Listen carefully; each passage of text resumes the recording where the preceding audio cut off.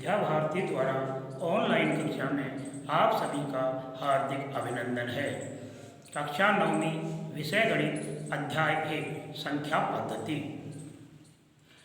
संख्या पद्धति में अपन ने कुछ प्रश्नों के संख्याओं के बारे में ज्ञान किया। परिमेय संख्या, फिर प्रश्नावली 1.2 में अपन ने अपरिमेय संख्या का। अब हम प्रश्नावली 1.3 में दशमलव प्रसार के बारे में अध्ययन करेंगे। दशमलव प्रसार दशमलव को यानी किसी भी भिन्न के अंश में हर का भाग देने पर जो संख्या प्राप्त होती है उसे दशमलव प्रसार में लिया जाता है। अब वो दशमलव प्रसार हमारे पास में दो प्रकार से होते हैं।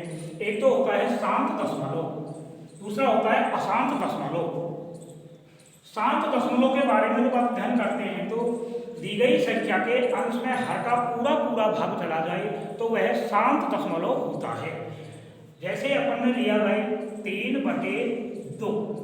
हम 3/2 में अगर भाग देंगे, 3 में अपन जब 2 का भाग देंगे अपन तो आप देखेंगे भाई 2 एकम 2 बच गया 1। अपन ने 0 ले ली, इसकी लगा दिया अपन ने दशमलव, तो 2 पंजो 10, यानी पूरा पूरा भाग चले गया और शेष फल प्राप्त हुआ हमको 0। अर्थात शांत दशमलव का तात्पर्य है किसी भी संख्या के अंश में हर का पूरा पूरा भाग चला जाए और शेष 0 बच जाए तो उसे कहते हैं अपन शांत दशमलव। शांत दशमलव के प्रसार के लिए अपन को एक चीज ये भी आएगी भाई, शांत दशमलव ये तो आ गया, अब अंश में हर का पूरा पूरा भाग चला जाए उसे अपन कहते हैं शांत दशमलव। लेकिन बिना भाग की क्रिया के, तो भाग की क्रिया से आ गया। जैसे अपन ने दे दिया भाई 5/8 अपन को दे दिया, एक तो हो गया भाग विधि से। अपन छोटी कक्षा में समझने के लिए तो अपन 5 में अपन 8 का अपन भाग देंगे, शुरू में भाग लिया दशमलव की 0 ले ली, 8 छिक्की 48 बच गया 2, 0 ले ली, 8 दूनी 16 बच गया हमारे पास 4, 0 ले ली, 8 पंजो 40। तो हमारे पास दशमलव 625 हमको 0 प्राप्त हो गया, ये शांत हो गया। 9th कक्षा की दृष्टि से शांत दशमलव के लिए जो ये निचले वाली संख्या होती है हर में 2 या 5 के अभाज्य 2 या 5 के घातांक के रूप में संख्या आ जाएगी तो वो कहलाएगी शांत। जैसे अपन को दे दिया 3/40। अब अपन से कहा है बिना भाग की क्रिया के बताइए ये शांत है का शांत है, तो इसके लिए अपन को ये करना पड़ेगा। अब ऊपर तो 3 है, नीचे अपन अभाज्य गुणनखंड करेंगे तो 2 गुणा 2 गुणा 2 गुणा 5 प्राप्त होता है अपन को। तो अपन देखते हैं 3/2 की घात तो हो गई 3 और ये हो गए 5 की घात हो गई हमारे पास 1। तो ये क्या हो गया शांत। शांत कब आएगा? जब हर के अभाज्य गुणनखंड में 2 और 5, 2 की हो सकती है, 5 की हो सकती है, 2 और 5 की हो सकती है, ऐसी संख्या आ जाए 2 और 5 के घातांक के रूप में आती है तो वह संख्या शांत संख्या कहलाती है, शांत दशमलव। जैसे अपन और भी कोई भी संख्या ले सकते हैं भाई 7/80। अब अपन को वही प्रक्रिया है हमारी, हमको अभाज्य गुणनखंड करनी पड़ेगी पहले। 7/2 गुणा 2 गुणा 2 गुणा 2, 2 दूनी 4 दूनी 8 दूनी 16, 16 पंजो 80।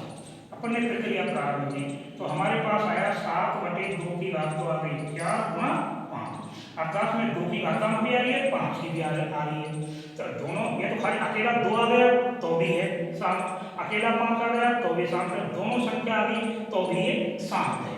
तो ये बिना भाग की क्रिया के लिए हमको हर के अभाज्य गुणनखंड में 2 या 5 के घातांक के रूप में हो तो वह शांत दशमलव कहलाता है। अब ये तो अपन से पूछा तो शांत दशमलव, अब इसका प्रसार पूछ लिया अपन से संख्या को दी गई ये बताइए शांत है का शांत है, तो उसके लिए तो ये बता देंगे अपन घातांक बनाया शांत का शांत। लेकिन अगर इसका प्रसार कह दिया अपन से अगर प्रसार कीजिए तो इसके लिए पद्धति हमारे पास में अलग अलग आती है, तो उनके लिए जब ध्यान देखेंगे आप तो आपके सामने आएगी परिस्थितियाँ अब किस प्रकार चलती है। हमसे कहा गया जैसे 3/, अपन से ये दिया है 3/40 का दशमलव प्रसार किस प्रकार बिना भाग की क्रिया के बताइए प्रसार कैसा है, तो सचना दशमलव प्रसार भी कीजिए। तो हमारे पास अभी बताया था अपन ने क्या किया था 3/2 गुणा 2 गुणा 2 गुणा 5। आगे इसको हल करते हैं तो अपने पास आता है 3/2 की घात 3 गुणा 5 की घात 1 ये प्राप्त हो गया। तो अपन को मालूम चल गया कि ये कौन सा दशमलव है, शांत दशमलव आ गया,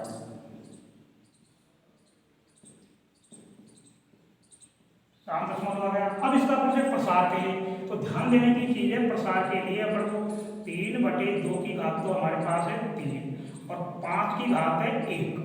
ये दोनों घात बराबर बराबर करने के लिए हमें 5 की घात 2 की अत्यंत आवश्यकता हो है। तो ऊपर भी वही 5 की घात 2 से ही गुणा करेंगे, ऊपर नीचे बराबर बराबर अपन गुणा कर देते हैं। तो ध्यान देंगे अपन आपको प्राप्त होगी 3 गुणा 2 की घात 5 का मतलब हो गया 25।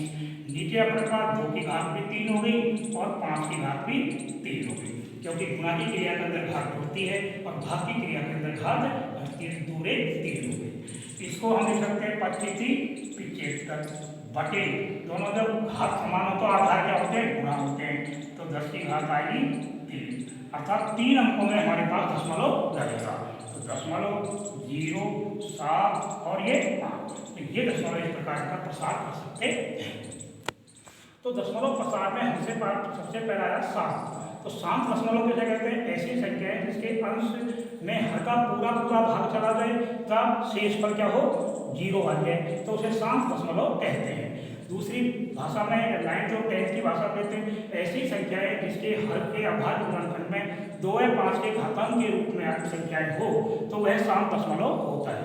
फिर उसके प्रसार के लिए हमें नीचे 2 की और 5 की समान घात करके और अपन प्रश्न को हल कर सकते हैं, तो हमें शांत दशमलव प्राप्त हो जाएंगे।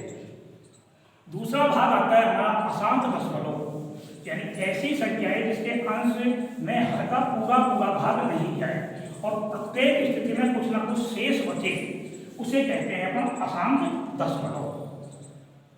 अशांत दशमलव का तात्पर्य ऐसी संख्याएं जिसमें अंश में हर का पूरा पूरा भाग नहीं जाए, प्रत्येक स्थिति में कुछ ना कुछ शेष बचे, उसे कहते हैं अपन अशांत दशमलव।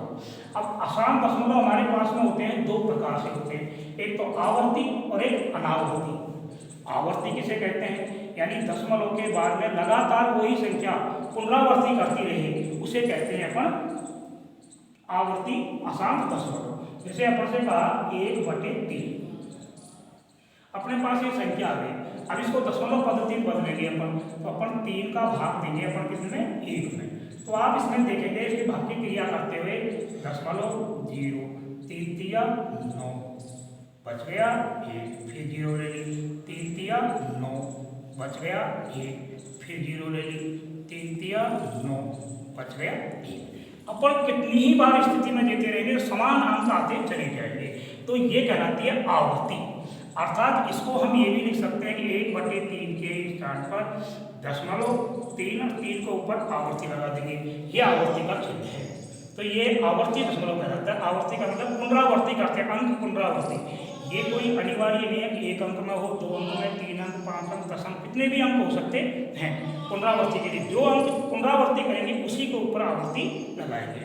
एक होती है अनावर्ती, अशांत में भी एक तो आवर्ती और एक अनावर्ती, यानी दशमलव के बाद अलग अलग संख्या आती चली जाए। जैसे अपने पास में 1/7, अपन इसमें जब देंगे भाग, 1 में भाग देंगे अपन 7 का 0.7 एकम 7 बच गए 0, फिर 7 का भाग देंगे 7 चौका 28 बच गए 2 0, 7 दूनी 14 बच गए 6 0, इसमें भाग देंगे तो अपन आएंगे 7 को 8 56 बच गए 4। ये क्रम चलता है, इसको आगे करेंगे तो आवर्ती मान जाएगा, लेकिन यहाँ तक अपन करके देखते हैं प्रत्येक अंक अलग अलग आ रहे हैं, इसे कहते हैं अपन अनावर्ती अशांत दशमलव, अनवसानी भी नाम दिया जाता है। तो हमारे पास यहाँ आया सबसे पहले आवर्ती और अनावर्ती। आवर्ती का मतलब है लगातार उन्हीं अंकों की पुनरावृत्ति होती चली जाए, ऐसी संख्या है। और अनावर्ती जिसमें अलग अलग अंक आते चले जाए, हर स्थिति में नीचे शेषफल बचे, उसे कहते हैं अपन अनावर्ती अशांत दशमलव।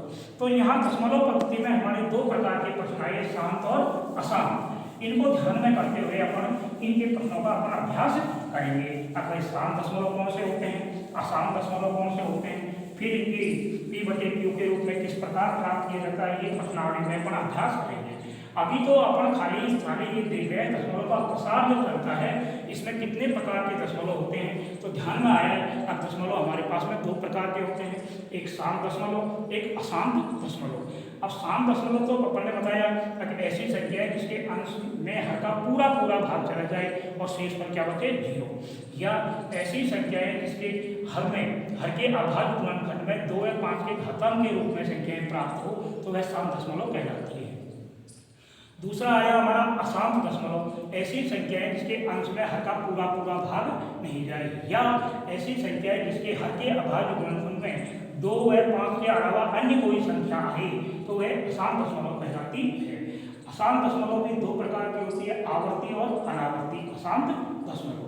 आवर्ती का मतलब है जब दशमलव पद्धति में भाग दिया जाता है तो उन्हीं अंकों की बार पुनरावृत्ति हो उसे आवर्ती दशमलव, और जिसमें बार अंकों की पुनरावृत्ति नहीं हो वह अनावर्ती अशांत दशमलव या अनवसानी अशांत दशमलव कहलाते हैं।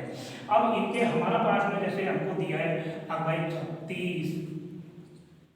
36/10 का दशमलव प्रसार बताइए, तो प्रसार तो हो गया तो कौन सी मजा रही है, ये नीचे क्या है हमारा 10 है, तो जिसका भाग गुणन करेंगे अपन क्या आया 36 और 2 गुणा 5, अर्थात 2 भी आया 5 आया तो कौन सा हो जाएगा 7। पहले क्लियर भाषा हुई। अब इसका दशमलव प्रसार कीजिए तो 2 पंजों 10 की घात कितनी है हमारी, तो हमारे पास आएगा 36/10 की घात 1 आया है, अर्थात एक अंक में हम दशमलव लगाएंगे।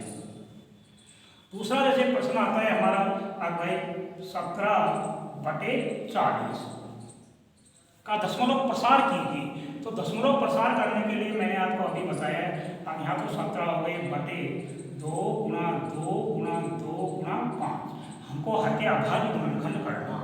आगे हम क्रिया करते हैं तो 17/2 की घात 3 गुणा 5 की घात 1 प्राप्त हो। आगे इसको जब हम हल करेंगे तो 17/2 की घात तो 3 आ गई, 5 की घात हमारे पास 1 है। अब इनको समान करने के लिए हमें 5 की घात 2 की आवश्यकता हुई, तो ऊपर भी 5 की घात हम 2 ही करेंगे। इसको आगे हल करेंगे 17 गुणा 25 प्राप्त होंगे, इनको करेंगे तो 2 की घात भी हमारे पास 3 होगी और 5 की घात भी 3 होगी। आगे इनको हल करेंगे, गुणा करेंगे, 17 पंजे 85 का 5 हासिल की 8, 17 का 34 8 42 बटे 10 की घात हो जाएगी 3। जब घातांक समान हो तो आधार गुणा होते हैं। अब ये आ गया 10 की घात 3 आ गया, सब 3 अंकों में दशमलव लगेगा, तो दशमलव 4 2 5 हमें प्राप्त होता है। शुरू में अगर 0 लगाए तो लगा भी सकते हैं, 0.425। इस प्रकार हमको इसके दशमलव का प्रसार हम कर सकते हैं। दशमलव प्रसार करने के लिए हर के अभाज्य गुणनखंड करने के बाद में जब 2 और 5 की समान घात करना है, जितनी घात कम पड़ती है वह ऊपर नीचे अंश और हमें उसी संख्या से गुणा कर देंगे, और जब दोनों नीचे के में घातांक बराबर हो जाएगी तो आधारों को गुणा करके 10 की घात में परिवर्तन कर लेंगे, जितनी घात आती है उतने ही अंकों में हम दशमलव लगा देंगे, तो हमको दशमलव प्रसार प्राप्त होता है। इस प्रकार आज हमने इस अध्याय में प्रश्नावली पूरी करने से पहले हमने सामान्य जानकारी प्राप्त की कि दशमलव प्रसार कैसे होते हैं और ये किस प्रकार किया जाता है, इनका अभ्यास किया है। आप भी इसी प्रकार इनकी परिभाषाओं को ध्यान में लेके इन सामान्य प्रश्नों के बारे में अपन अध्ययन करते हैं। कल अपन प्रश्नावली के संबंधित प्रश्नों का अभ्यास करेंगे। धन्यवाद।